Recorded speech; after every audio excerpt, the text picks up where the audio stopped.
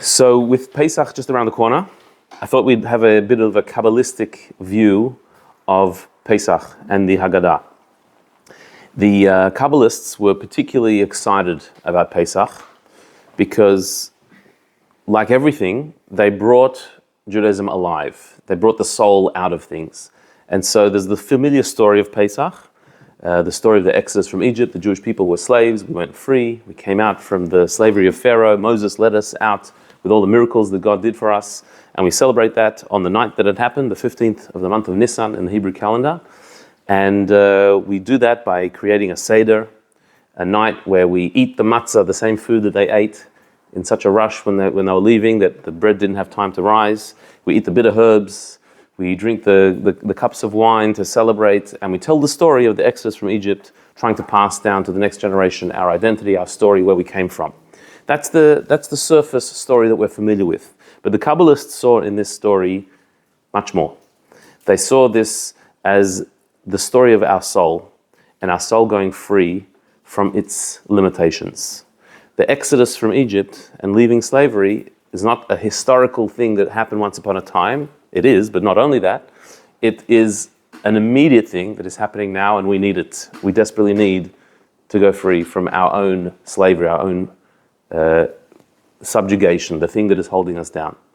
And the way the Kabbalists describe this is by showing how the word for Egypt in Hebrew is Mitzrayim, which literally, Mitzrayim means narrowness, limitation, a narrow spot. Yetziat Mitzrayim, the exodus from Egypt, means going out of narrowness and going into a place of broadness. And specifically, we're talking about the exodus of our soul from its narrow spot. Each one of us, in some ways, is stuck. We're stuck in stuff. There are things that are holding us down. We have created habits, whether it be habits of action or habits of thought, where we repeat the same thing over and over again, and we can't see our way beyond it. We can't see how our life could be different. We can't see how the things that defined us until now don't have to define us. These are both internal and external. We have our own definition of ourselves, the type of person I am. Oh, I'm this type. I'm that. I'm the lazy type. I'm not a morning person.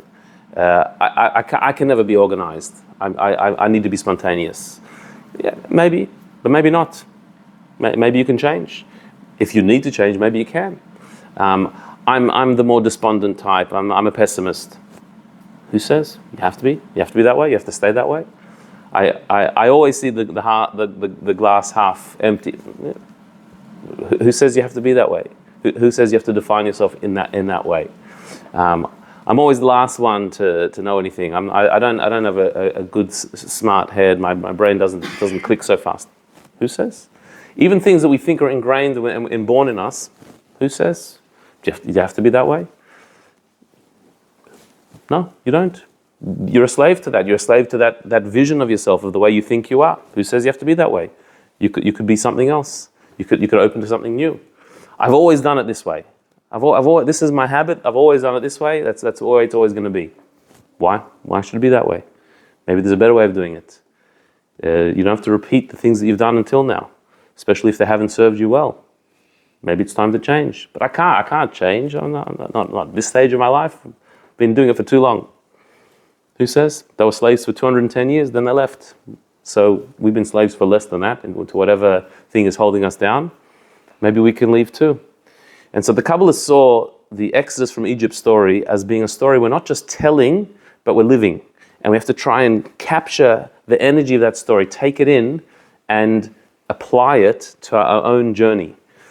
To see ourselves as if we're ready to leave our own Egypt. And there's a particular power of the festival of Pesach, because this is the time that collectively the Jewish people went free from Egypt, that we can do it on a personal level as well. Because the energy of a day has a certain shape. Every day of the year has a personality. Time, from a Kabbalistic perspective, has an energy to it. And every month has a certain mood, and every day in that month has a mood. And certain days have a very big power to it, a big personality. So the night of the Seder, the night of the Exodus, it happened once, it can happen again. And that's why we say, at the Seder, we say that we have to look at ourselves as if we left Egypt. What does that mean? We weren't in Egypt as slaves personally. How can we look ourselves as if we left Egypt? No, because tonight, the energy of the Exodus is with us. You can tap into it. And so maybe there are things in your life that you've been trying to change, or you'd like to change, or you have some inkling that you maybe should be making a shift, should be getting yourself unstuck from some of these things, but you haven't got anywhere as of yet. You've tried a few times and you've slipped back, or maybe you haven't even tried yet. Maybe there are things that are too daunting for you to change. You know you've got to leave it. You've got to quit this habit. You've got to find something bigger and allow yourself to go free. But you haven't had the wherewithal to do it. Here's a night to do it. The night of the Seder, the night of the Exodus, is your Exodus. It's time where you can get the energy to make it happen. But the question is, why is this night different from all other nights? If I've tried it many times, if I've tried to change so many times and it's never worked, why should it work this time? Why should this night be any different? Why should this be the moment that I go free? So that question, why is this night different from all other nights, is a familiar question. That's the question that traditionally we get the kids to ask, the Manishtana. It's probably the most famous and in some ways memorable part of the Seder, when the children or the youngest ask the question. Although we're told that if you're having a Seder with no kids, then adults ask the question. If you're having a Seder all by yourself, you ask the question. Because the question has to be asked, why is this night different from all other nights? And so from a Kabbalistic perspective, this question is very important. Why is indeed this night different? Why am I going to get unstuck tonight? What are the elements of getting unstuck that Pesach particularly gives me that other times I maybe didn't get it, but now I'm going to get it? Why is this the opportunity for my soul to go free? And so if we look at this question, which is a very ancient text, the Manishtana is a part of the original Haggadah that was said all the way back from the beginning of Pesach. There was always a question that was asked by the kids. In fact, there is a commentary that says that the very first kids to ask this question were Moses' children. Because Moses' children were the only kids who did not experience the Exodus. Moses, if you recall, he was in Egypt, but he ran away from Egypt because Pharaoh wanted to kill him, and he got married in the land of Midian to a woman called Zipporah. He had two sons called Gershom and Eliezer in Midian, and he didn't bring them back to Egypt. He sent them back to stay in Midian when he returned to Egypt to let the people go. And so his family remained in Midian. Only after the Exodus did they join the Jewish people, but they didn't experience firsthand the Exodus. So the first year after, the first Pesach after the first Pesach, the only kids that didn't know what had happened were Moses' kids. And so, assumedly, they were the first ones to ask, so what's the story? What are we doing here? What's the idea of all these traditions that we're doing? And if we look specifically at these questions, we're going to look at them on their literal sense and then find the Kabbalistic meaning behind the four questions, and we'll see a fascinating insight. So, Manishtana halayla ze mikol halilot. If you look at it very literally, it's actually not a question. Manishtana, the word ma in Hebrew, means what? We translate as why, but the word for why in Hebrew is lama. Ma is what, or sometimes it could be translated as how. Ma nishtana halayla ze mikol halilot. How different this night is from all other nights. It's like an exclamation as opposed to a question. It's a wonderment, maybe. There's no question mark really there. Ma nishtana, how different this night is from all other nights. That's the literal translation of it. And then it goes through 4 statements of what is different from all other nights. There is a discrepancy between different Haggadot as to what the exact order is of these questions. The most common one is the one where it first asks the question that on all other nights we eat either chametz, leavened bread, or matzah. On this night we only eat matzah. Again, it's a statement, it's not a question, it's a statement. On all of the nights we eat bread, on this night we eat matzah. The second one is, on all other nights we eat all different types of herbs. Tonight we eat bitter herbs. On all other nights, we don't need to dip our food even once. On this night, we dip twice. And that's referring to the dipping of a vegetable called the karpas in salt water at the beginning of the Seder, and the maror, the bitter herbs, in the charoset, in the sweet paste. And then finally, on all other nights, we eat either sitting or reclining. On this night, we all recline. So it's pointing out 4 unique things of the Seder night. First of all, the matzah that we eat, the unleavened bread, that it was eaten because the Jewish people left so instantaneously, with such a rush, there was no time for the bread to rise, to ferment. It only takes 18 minutes for bread to rise, so it was a real rush that they had to just leave. The bread was about to rise, no, we've got to go. So we eat matzah instead of unleavened bread. That's one difference. Another one is that we eat bitter herbs. Most people use horseradish, sometimes mixed with some lettuce, some cos lettuce, and that is the bitter herbs to remember the bitterness, the pain, the suffering of the Jewish people as slaves in Egypt. So on other nights we eat all types of vegetables. Tonight we specifically eat these bitter herbs. On all other nights, dipping is not required. If you want to dip, you dip. You don't have to dip. You can just eat your food without dipping. But on this night we all dip, and we dip twice. And then we eat reclining. The tradition is that when we eat the matzah, when we drink the 4 cups of wine, so we lean to the side. It's like the way kings would. You see those pictures of those Roman emperors eating the grapes on the couch, like leaning. That's how royalty would eat. Not sitting up in a rush, but like relaxing. And because on this night we're free people. We're acting like royalty, like free people. So we lean. So really, these 4 are statements. They're not questions. It's saying, Ma nishtana, how different this night is from all other nights. And do you know why it's so different? Because we don't eat bread, we eat matzah. We don't eat other vegetables, we eat specifically bitter herbs. We don't avoid dipping, we dip. And we dip twice. And we don't just sit up, we lean. This is what makes tonight so different. So in a way, what these 4 questions are doing is it's making 4 statements. This is the secret to this night. Why is tonight different from all other nights? Why am I going to get unstuck tonight from my stuff? Why am I going to go free from my Egypt tonight and not any other night? What's so special? What am I going to do to make this night different? What inner power does this night offer me that I'm going to be able to take whatever I was until now and set myself free from it, that my soul should be freed from those limitations? And the answer is these 4 things. Let's look at each one of them from a Kabbalistic angle. And as always, the Kabbalistic is not to negate the literal, it's to add to it. Of course, we eat matzah because matzah is the unleavened bread that they ate when they left Egypt because they were in a rush. That is true. But there must be more to it than that.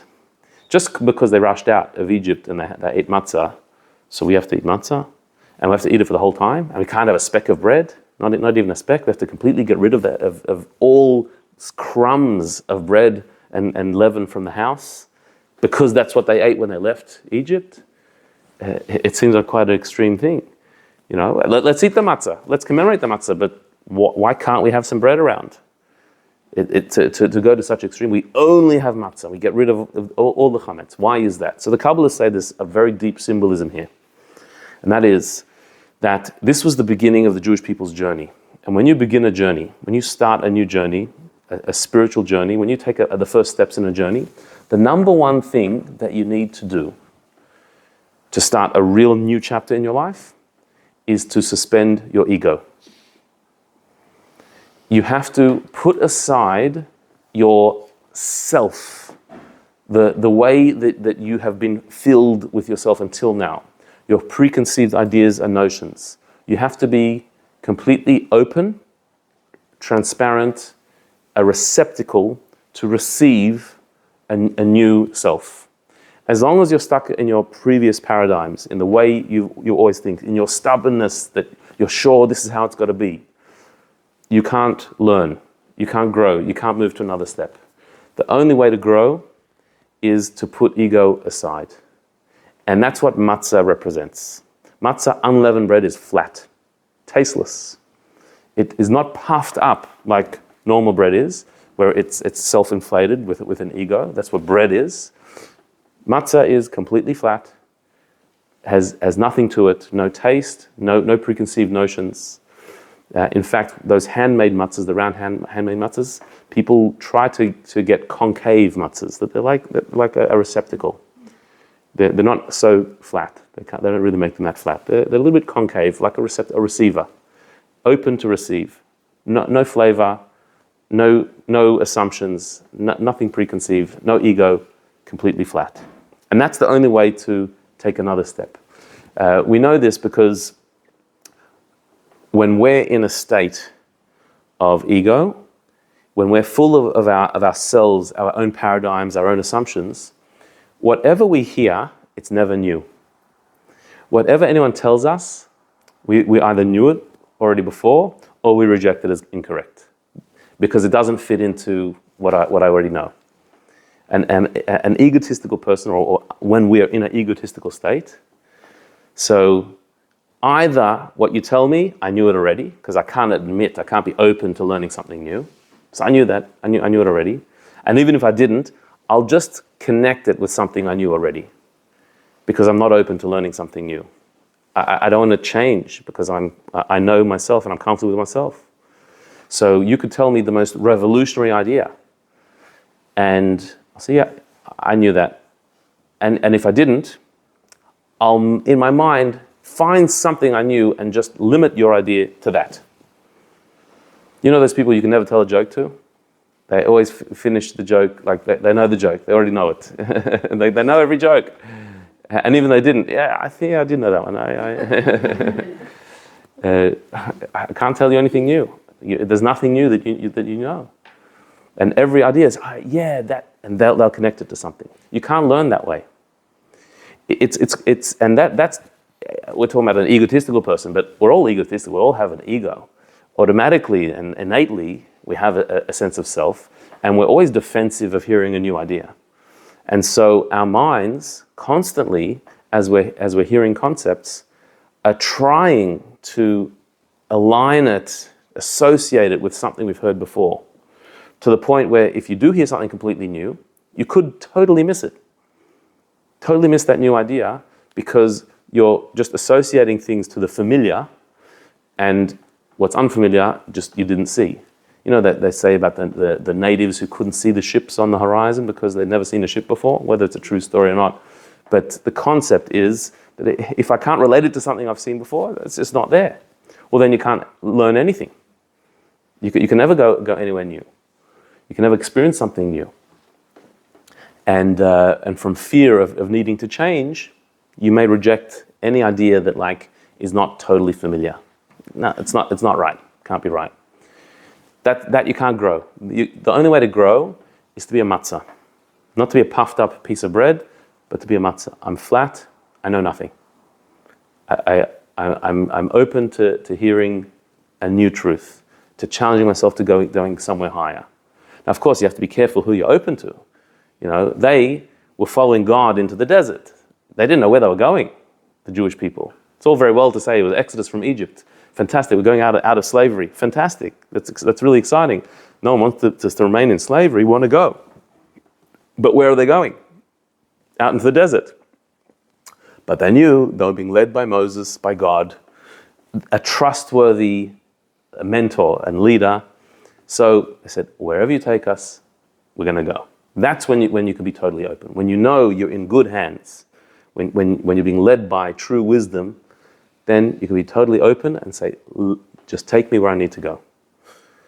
And so the very first step of any experience, any new experience, any journey to freedom has to be, I put the chametz away. The leaven, I have to get rid of it completely, and I have to be a complete matzah.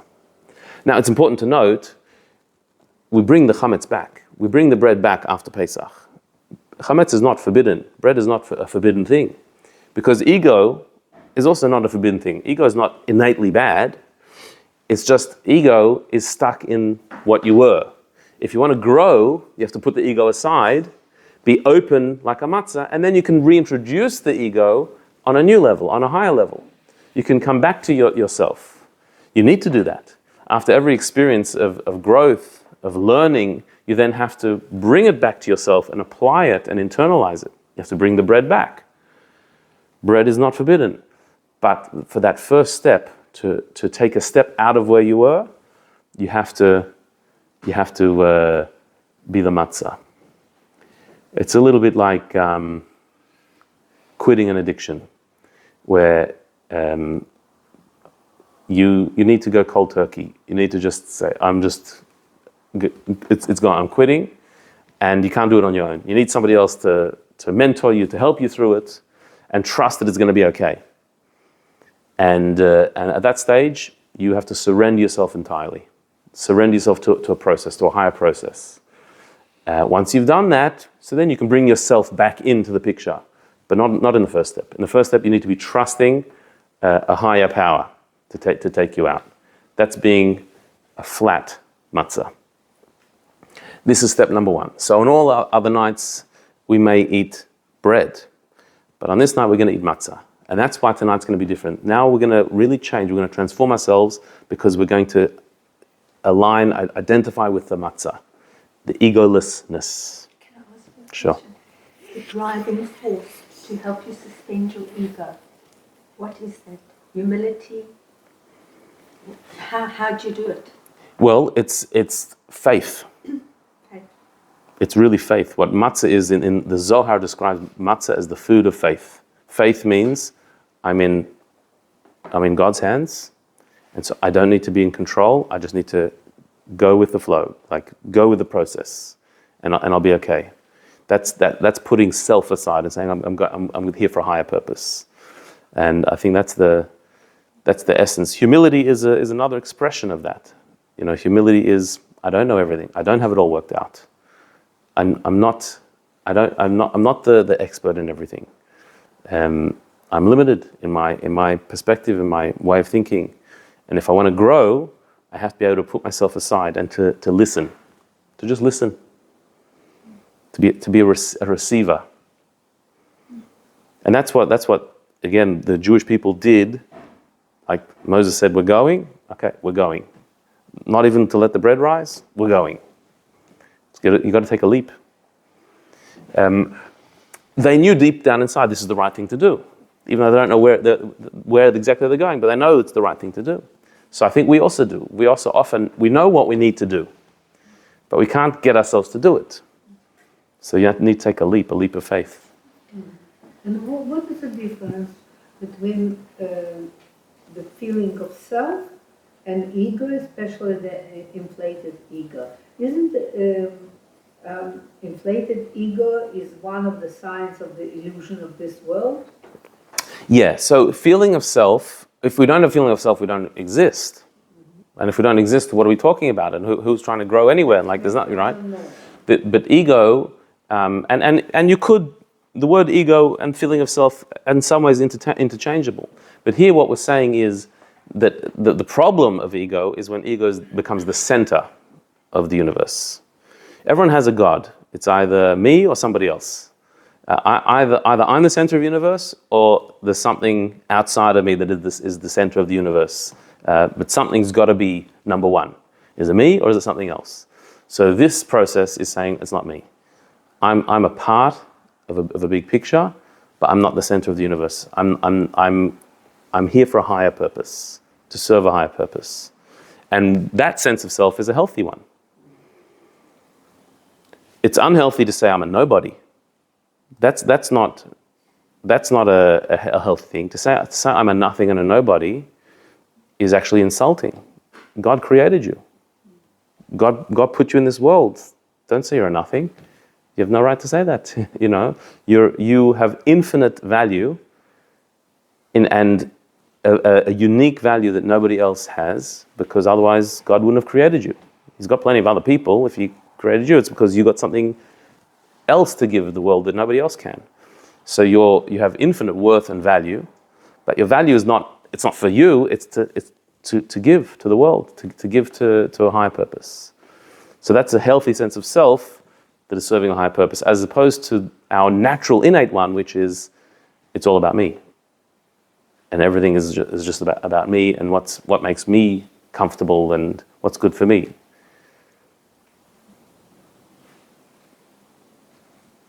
I was just going to say, adding on to what you were talking about, I guess maybe the physical act of eating matzah is almost like a symbolism for giving yourself permission to let go. When you eat the matzah, that's like the physical letting go. Mm-hmm. And then you have, so the physical of I eat matzah now and then I eat bread, it's like, I guess, what you can see in front of you. I'm eating it, therefore I'm letting go. And when I eat bread again, I take what I've had the week to process. Mm-hmm. To bring it in, correct, 100%. Go. That's right. That's right. And eating matzah can be quite a self-suspending experience. You're just doing it. I happen to like matzah personally, but many people don't. But we do it because we do it. And there's a power to the physical crunching of the matzah, like the actual doing it. Meditating on this idea is good, but the eating it is the mitzvah, and that brings faith. The Zohar describes it as food of faith. You're eating faith. Different foods have different nutritional values. The nutritional value of matzah is faith. That's what it gives you. So eating matzah is not necessarily to remind us about the historical... It is that. It's not taking away. Of course, we're eating the matzah because this is what they ate when they left Egypt. But there's much deeper than that as well. There's more than that. Why is that what they ate when they left Egypt? Why did it happen that way? God organized it that their bread didn't rise. And why do we pick on that detail? There are many other things that would have happened, but we pick on that particular detail of the bread not rising as being the food of the Exodus. And interestingly, they ate it the night before as well. Before they left Egypt, the night before was their Seder. They had the Pesach offering in Egypt when they weren't in a rush, and they ate matzah then as well. So matzah has many layers to it. Not literally, it's just one layer, but... You mean layers like this? Correct, yeah. So there's a simple story, and that's still true. But then, and why is this the matzah? Why this is what they ate when they left? Because matzah is the bread of faith. It's the bread of being flat and egoless. So would the second night be as auspicious as the first night? It is, because we have the doubt of which night, but it's also, the second night outside of Israel is reinforcing what we did in the first night. Is there a second night in Israel? No, in Israel it's only one night, because in Israel the holiness is enough to absorb in one time. We need repetition. We need to do it again. Did they eat matzah before Pesach in Egypt? So some commentaries say that matzah was a bread eaten by slaves who didn't have time for their bread to rise, and slave masters would force their slaves to eat matzah because it would sort of stick in their stomach.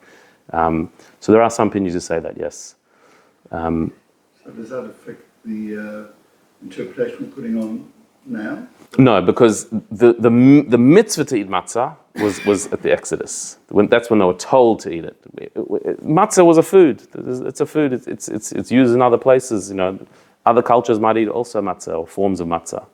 That's fine. That doesn't take away from it. But the fact that they had to eat matzah when they the night before they left, they ate matzah when they left, and we have the mitzvah to eat it every year, is because it has this power, this symbolism.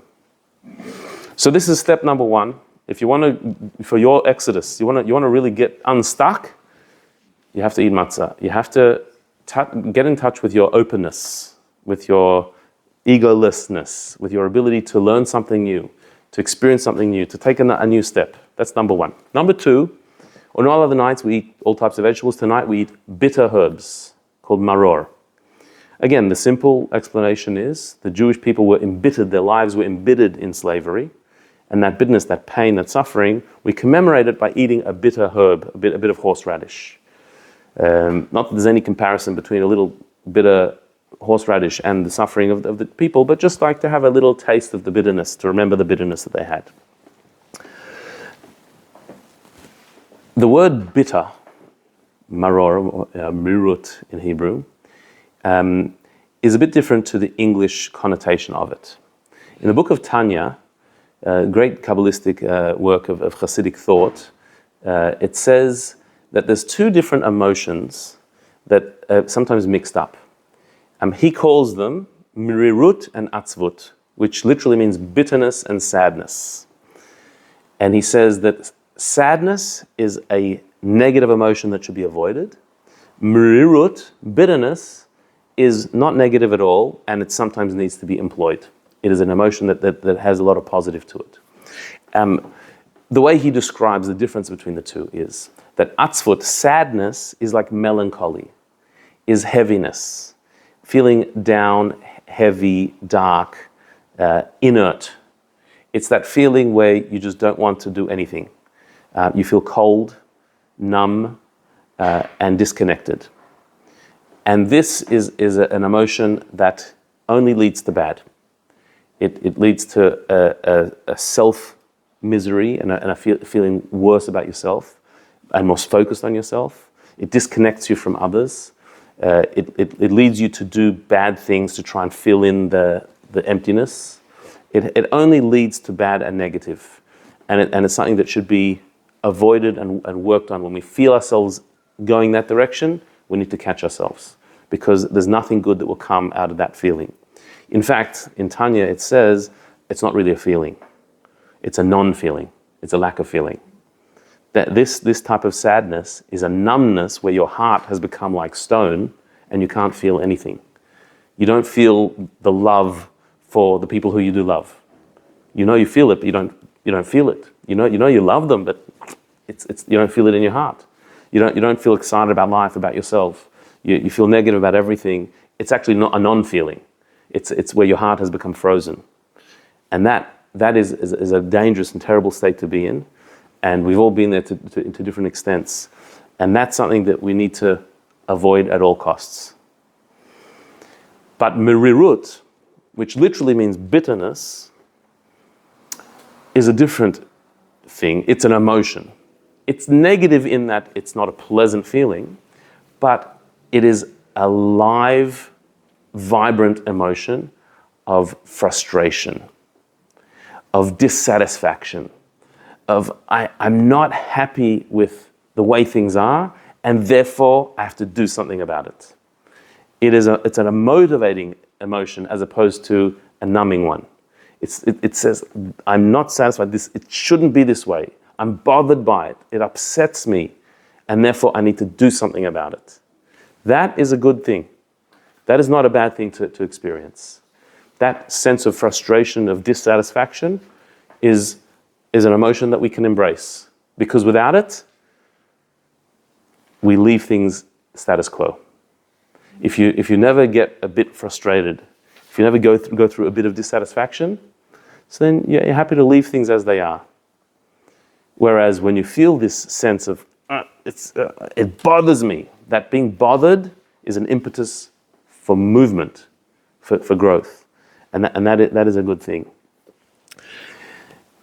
This is the bitterness of the bitter herbs. In English, bitterness is a very negative emotion. If someone is bitter with life, it means that they've just been turned off and like they're just angry at the world. Like a bitter person is not a pleasant person to be around. If we're feeling bitterness, it's never pleasant. It's pointing out the negative and getting upset with everyone, and like bitterness doesn't have the right sound to it in English. But the Hebrew word mirirut is more this dissatisfied feeling. I'm bothered, it bothers me, and I have to do something about it. It's the opposite of being indifferent. Indifferent is, well, whatever. Yeah. It doesn't bother me. Can't be bothered. It's very Aussie, like, whatever, a shrug. Well, if you're indifferent to everything, then anything goes, and you're never going to change. So what, if somebody is hurting you, and you're just indifferent to it, it should bother you. Like you should feel something. Not that you get angry and bitter about it, but it should bother you. That's wrong. It shouldn't be that way. If you're doing the wrong thing, it should bother you. It shouldn't be just whatever. You should be bothered by it, and therefore you should be inspired to do something about it. Being just cold and indifferent, that is a recipe for stagnation. Whereas when you're bothered by something, that is an impetus for growth, to move higher. We need to go through these times sometimes of being frustrated, because from that frustration, a tension is created which creates some warmth, some energy. It's not necessarily a pleasant experience to go through that. It's more pleasant to just be lukewarm. Just leave the status quo, not shake the boat, leave things comfortable. It's more pleasant that way, but it's frustration that invites growth. And so that's why we find that life doesn't go on this even keel of this smoothness, but like there's this, we have friction in life where we bump into things, people, we don't get on, or things aren't working out, and it's not going to plan. So that's an opportunity to actually say, okay, this is not how it should be. I need to improve something here. I need to fix something. I need to try and dig deeper and go to a higher place. But I have to be bothered by it. If it doesn't bother me, I'll just leave it. And if you just leave it, things fester and get worse, and nothing ever happens. So, while some people would encourage you to be just accepting of whatever is and never get bothered by anything, and that sounds quite nice and pleasant, but there's a point where you've got to be bothered by certain things, particularly within yourself. Be bothered by things that you could be improving. Don't just overlook it. Be bothered by it. Feel something. Have a bit of feeling. And then that feeling creates growth, opens you up to growth.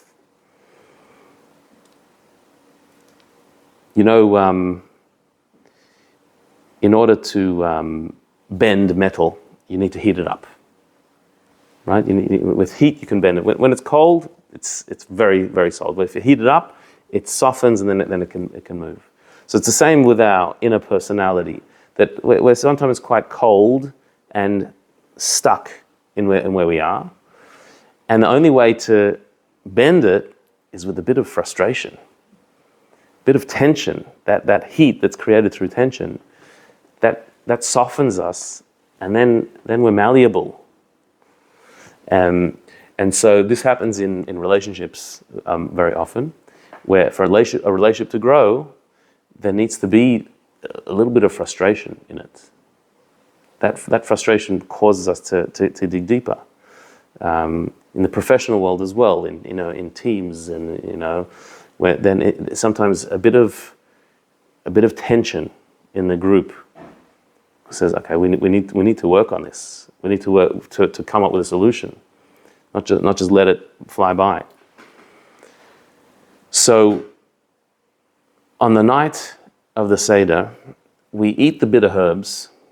We are not just commemorating the slavery of old, but we're also looking at our own slavery and saying, there are things that are not okay in my life. There are things that I need to fix. There are things that need to bother me. I need to feel a bit of merirut, Not bitterness in the negative sense of being bitter and angry, bit of frustration. Like, what's going on? Let's move from this. Let's fix something. Let's improve. Does that not require an ego? What do you mean? Well, you're looking at something in yourself, so you're assessing your own shortcomings, and that's an ego act. It requires self. It does require, you need to exist. You definitely need to exist. But ego means ego-centeredness.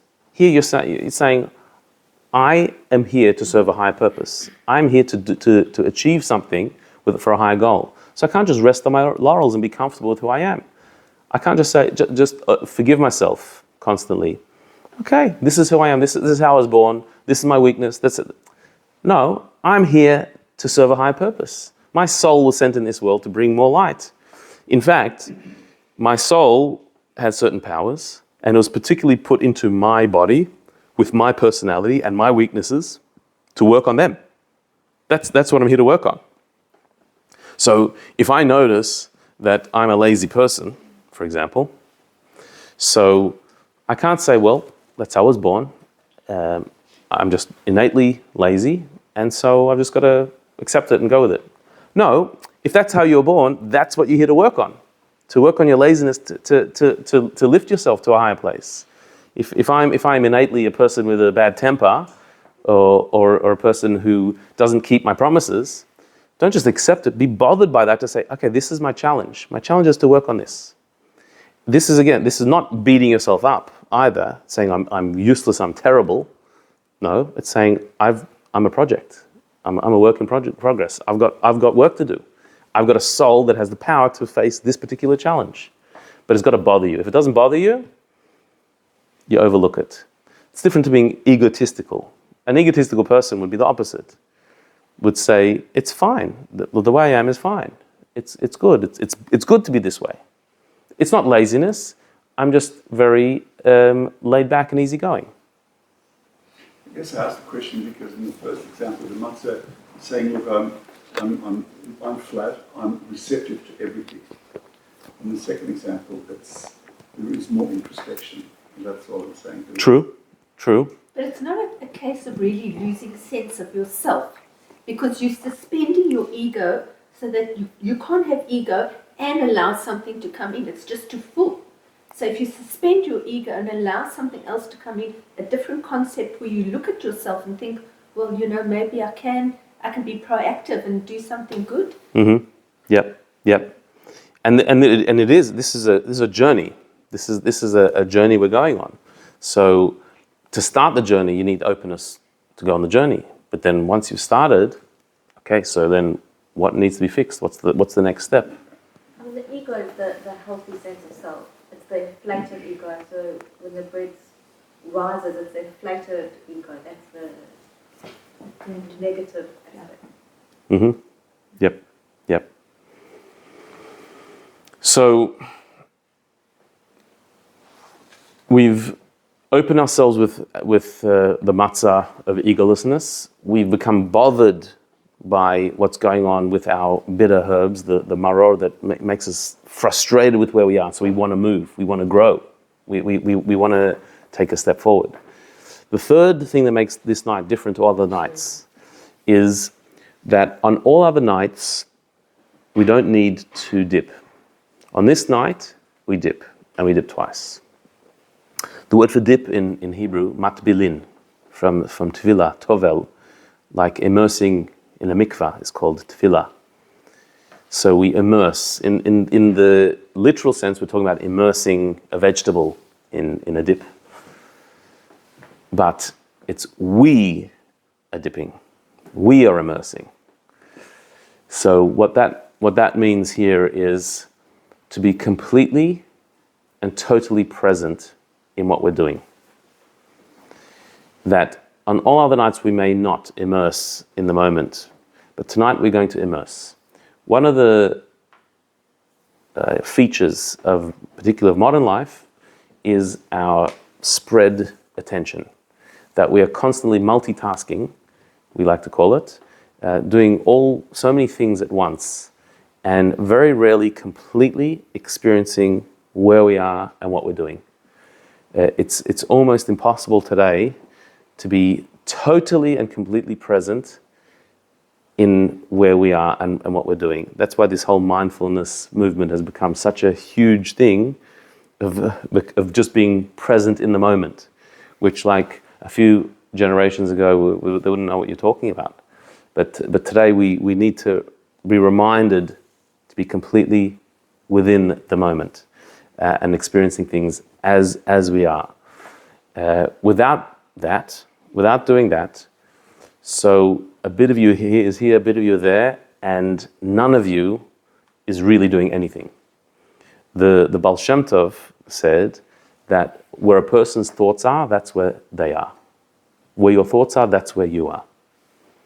You can be sitting in this room, but your thoughts are what's going on at home, or what's going on somewhere else, or what you're missing out on. So you're not in this room. You're actually not here. You're there. You're somewhere else completely. And because where your thoughts are, that's where you are.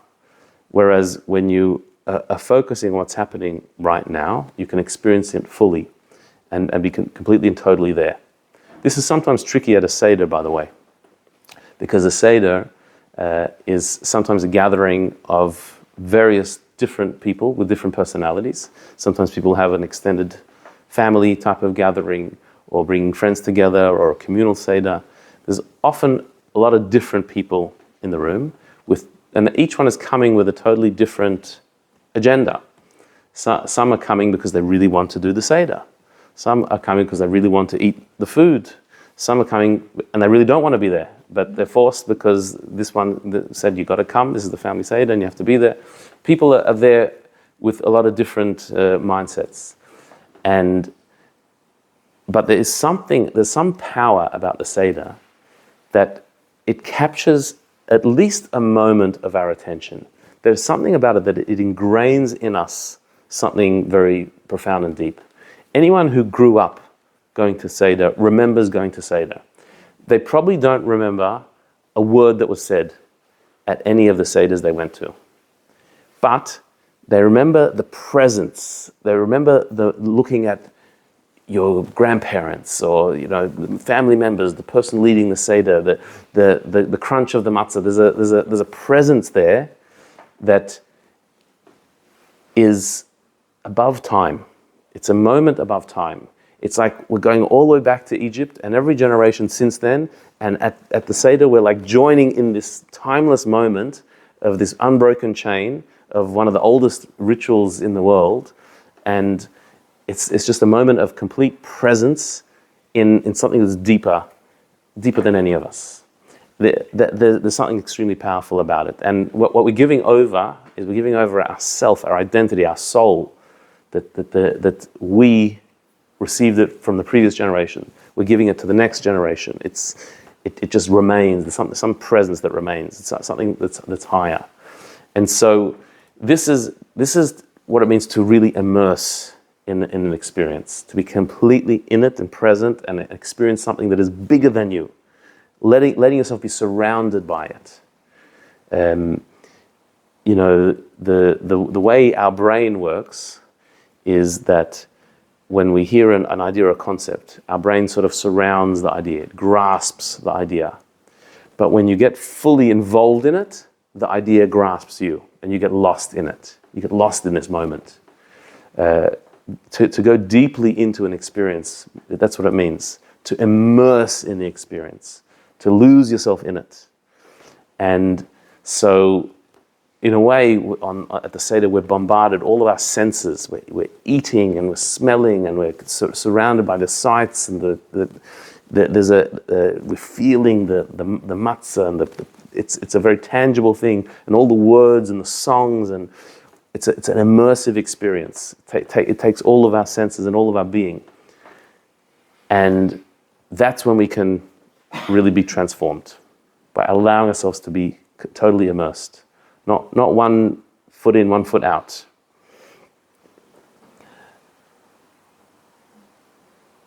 So we need to be egoless. We need to feel the frustration, We need to be completely immersed in the moment. And finally, the fourth question, which is a statement, is that on all other nights, we eat sitting or leaning. We don't have to lean. But on this night, we all lean. We all lean. And this is the fourth element of real transformation. And that is to believe in your inner royalty. That it was kings and queens who would sit on the couches and eat. And on this night, we like kings and queens, we act like royalty, and we lean when we eat. Even though it's actually not so comfortable for us these days. We don't have couches to lean on and to eat that way. But we do it because this is a statement of royalty. What does that mean?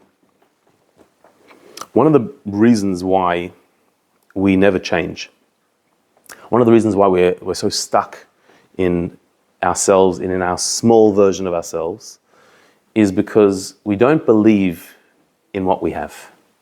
We're not even aware of our own inner powers. We think small of ourselves, and therefore we stay small. If we would realize what incredible inner powers we had, if we would just be a little bit more aware of the potential that lies within ourselves, we would see that there's no limitations. Nothing can hold us back. The soul that we have inside us is a piece of God, is a piece of the divine, infinite self of God. And in front of that soul, nothing is impossible. Nothing can hold it back. We have infinite power and potential within us. The problem is that it's buried in a very finite and small physical form where we feel that limitation, and that's what we see. We're not in tune, we're not in touch, we're not sensing our infinite power, divine power that we have. And if we only knew that, so then nothing could stand in our way. It's in Kabbalistic terminology, royalty is called malchut, which in the personality, malchut means confidence. It means having a sense of confidence, a regality of your soul, a sense of your ability of what you could influence, what you can impact, the royal power that you have. And when a person lacks that confidence, so they could have all the talents in the world, but it goes nowhere. It doesn't get expressed. Whereas when you have that sense of confidence, what you have is able to be expressed. And this confidence is the opposite of ego as well.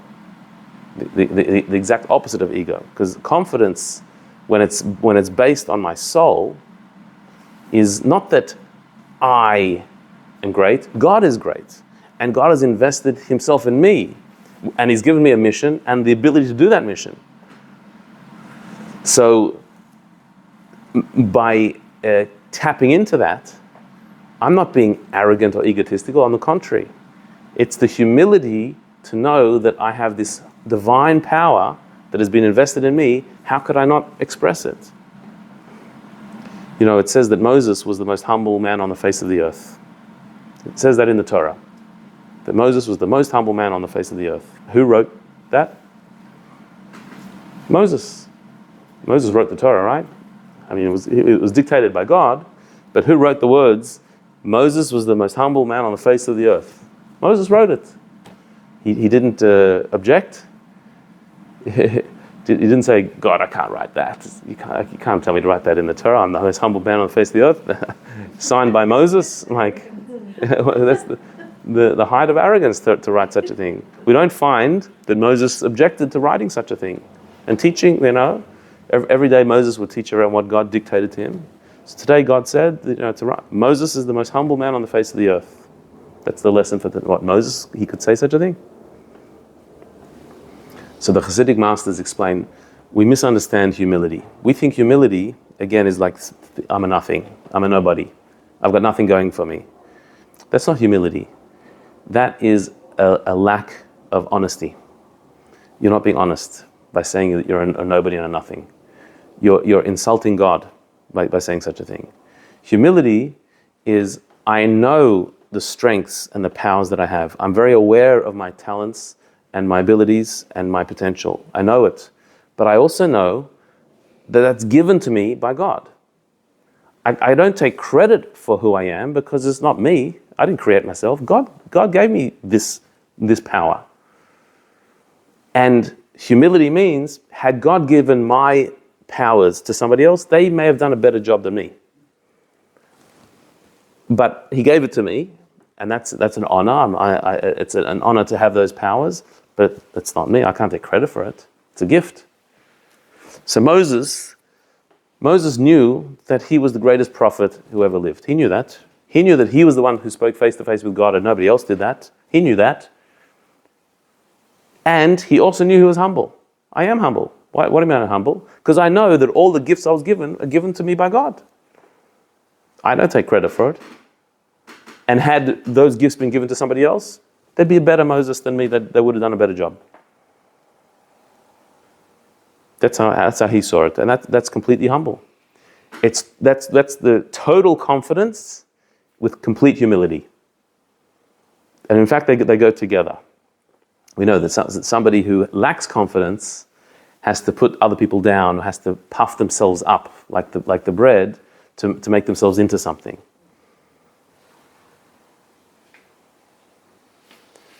You have to have real humility to have true confidence.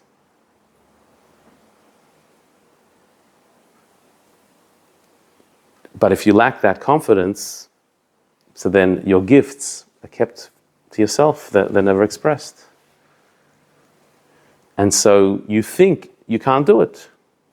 I can't change. I can't do it better.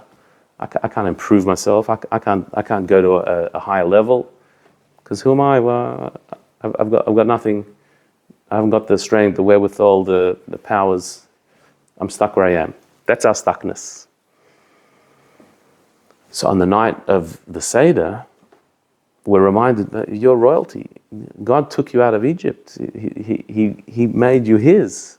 He gave you this incredible power. You have royal power inside of you, infinite power. You have a soul that is so powerful that nothing could stand in its way. So the leaning, when we lean, we're expressing that royal sense, that sense of confidence in the soul that was invested in us with infinite power. And so I can stare in the face whatever the challenge was, whatever the thing was that was holding me down, whatever the thing that I thought I couldn't do. And I can say, that is not going to hold me back. That is not going to challenge me. That's not going to stop me. Because God gave me these powers. And He gave me this challenge, which means I can handle this challenge.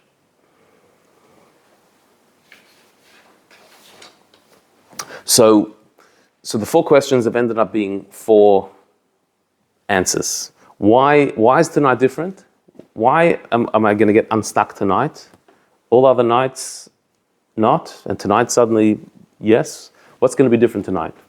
So tonight, I'm going to be like the matzah. I'm going to be completely open. I'm going to be trusting in the divine, having faith that I can put myself aside, my ego aside, and just be accepting of the role that I've been given, the challenge that I've been given, the path that is in front of me, and not be stuck in my preconceived ideas and the definition of myself and the expectations of the world. I'm going with the flow of the divine. I'm going to eat the bitter herbs, which means I'm going to feel a frustration. I can't stay where I am. I have to expect more of myself. I have to be bothered by my weaknesses and by the things that I could be doing better. It has to bother me. I have to be moved by it, not indifferent, but a feeling of the merirut, of the frustration of where I am and wanting to go higher. And I'm going to totally immerse in it. I'm not going to be 1 foot in, 1 foot out. not like dabbling in it. I'm going to fully put myself into it and experience it at the full. And I'm going to trust in my own inner royalty, have confidence in the soul that was invested in me that has infinite power, that nothing can get in its way. And with those things, tonight will be different.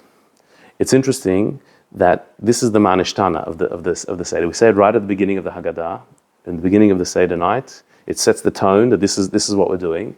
But it's interesting that it's the kids who say the Manishtana. It's the children who we ask to recite this.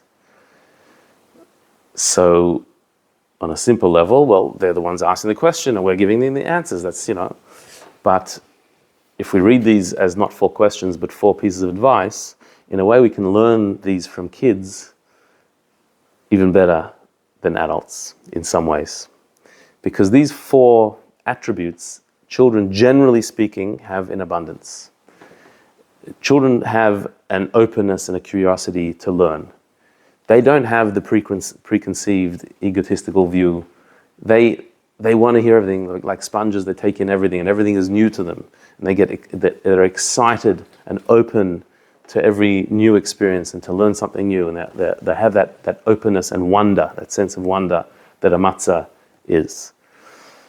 Children feel things deeply. They get upset and they respond. They're very rarely just indifferent to things. It touches them. They express, especially when they're little, they express themselves with feeling and get upset at things. And that's good. That means they're alive. They're responding. They're completely immersed in what they're doing. When the kid's doing their Lego or whatever it is, they're completely in it, and they can get lost in that imaginary world or whatever they're presently doing, and they're completely immersed. They're not distracted, and kids have this innate confidence in themselves. They want to be Superman and a fireman, and they want to be everything. They have all types of ambitions, and nothing will stop them, and they'll be able to do anything.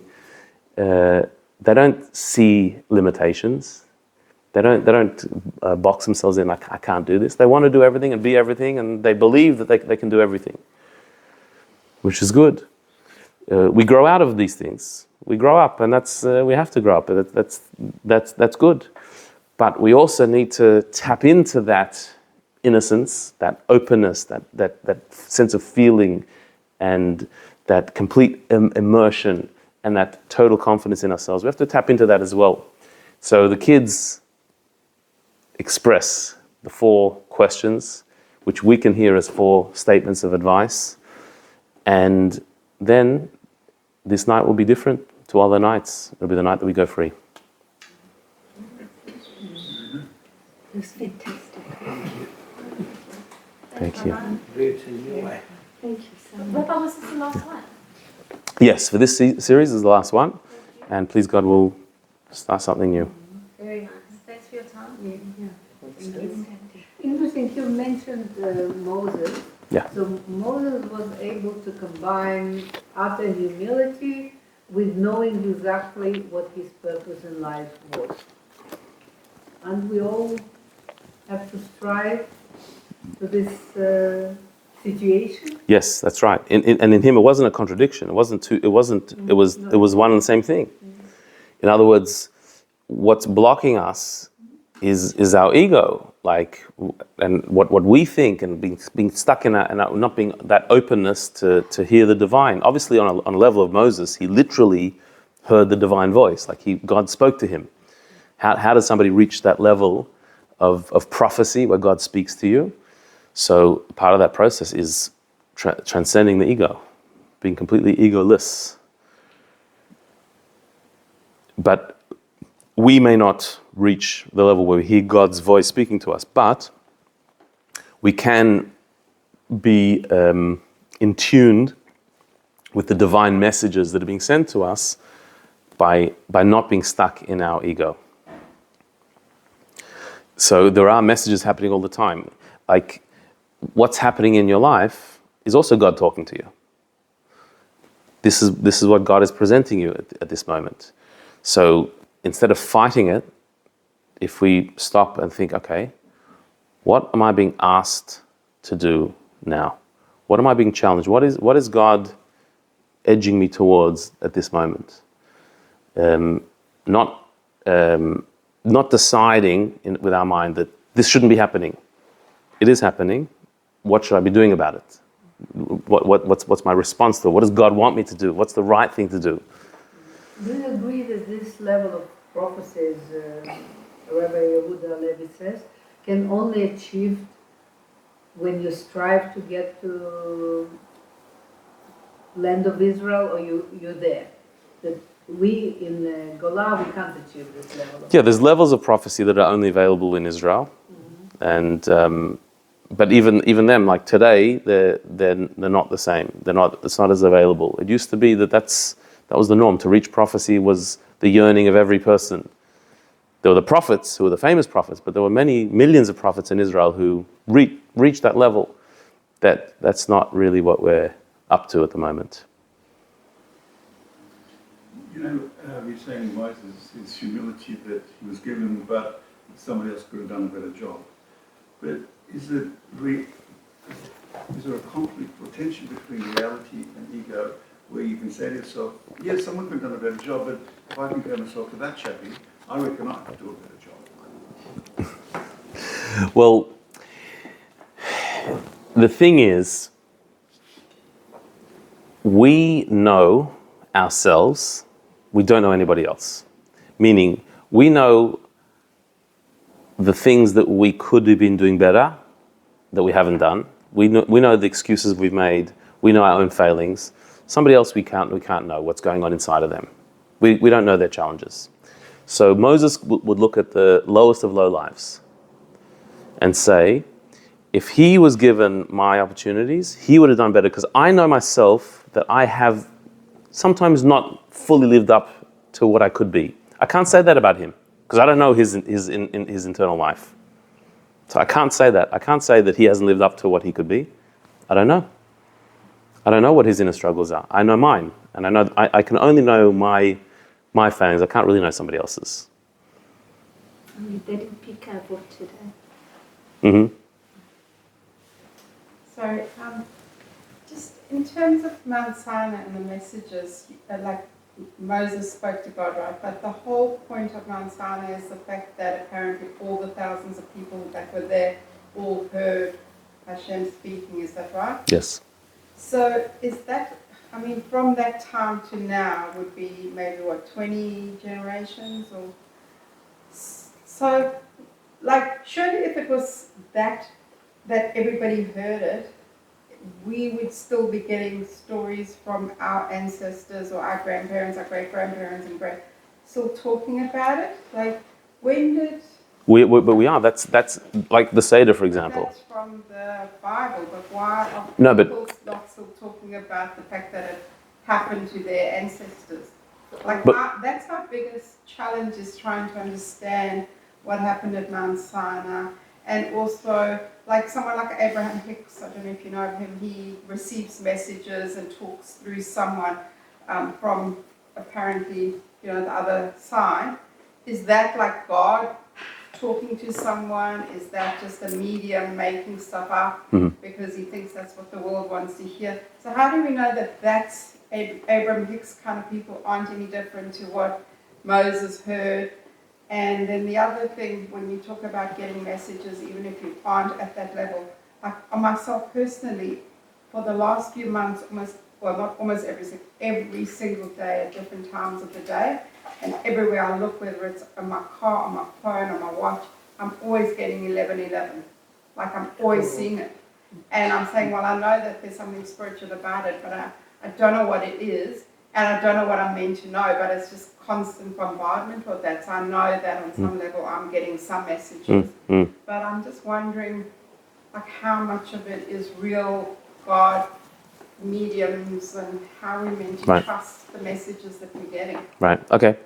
So to answer the first part of your question, so the whole experience of Mount Sinai, the whole idea of it was that it was a national, collective revelation. No other religion or individual or anyone throughout history has claimed such a thing, because you can't. You can't claim that a whole nation experienced a revelation if it didn't happen. For the reason that you said, because those people would tell their children, and like we would know about it.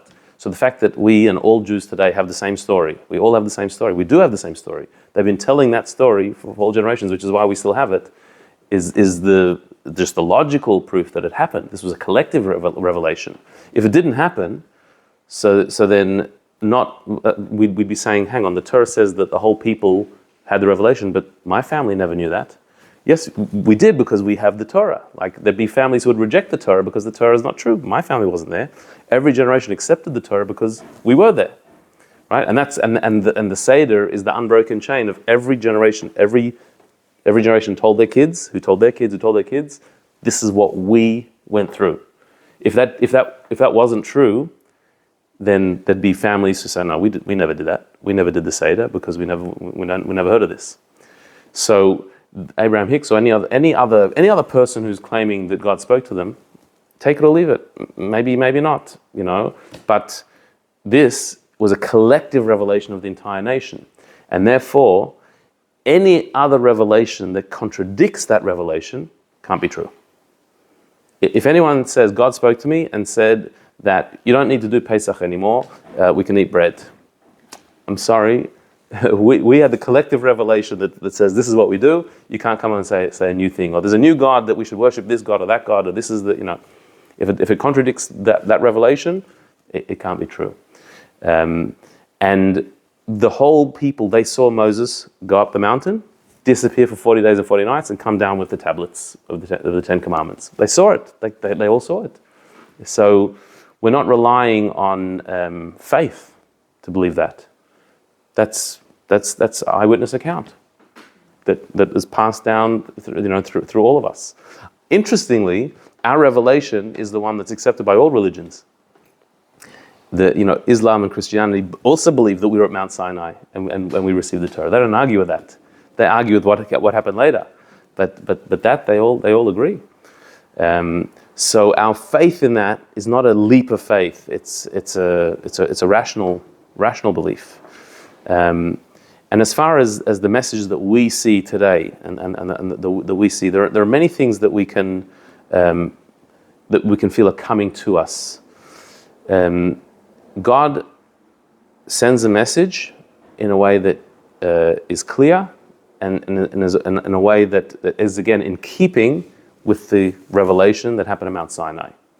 So any revelation that's happening is to strengthen that, not to contradict it. I remember once seeing a letter where the Rebbe somebody had written to the Rebbe saying that they want God to send them a sign to know what their purpose in life is. They want to hear from God, what is my purpose in life? I've been asking to God, please tell me, send me a sign, what is my purpose? Please. So the Rebbe said, well, he's done that. He gave you the Torah, which spells out, this is your mission. He's given you your mission. So don't look for signs here and there. God gave it to you. You need to then decipher it. What does this mean to me? What's the message for me in my life? What's my challenge? How can I make more light and more goodness in the world? What's the light that my soul has to contribute to the world? That we have to look for and work on and explore and study. But the message is there. The revelation is there.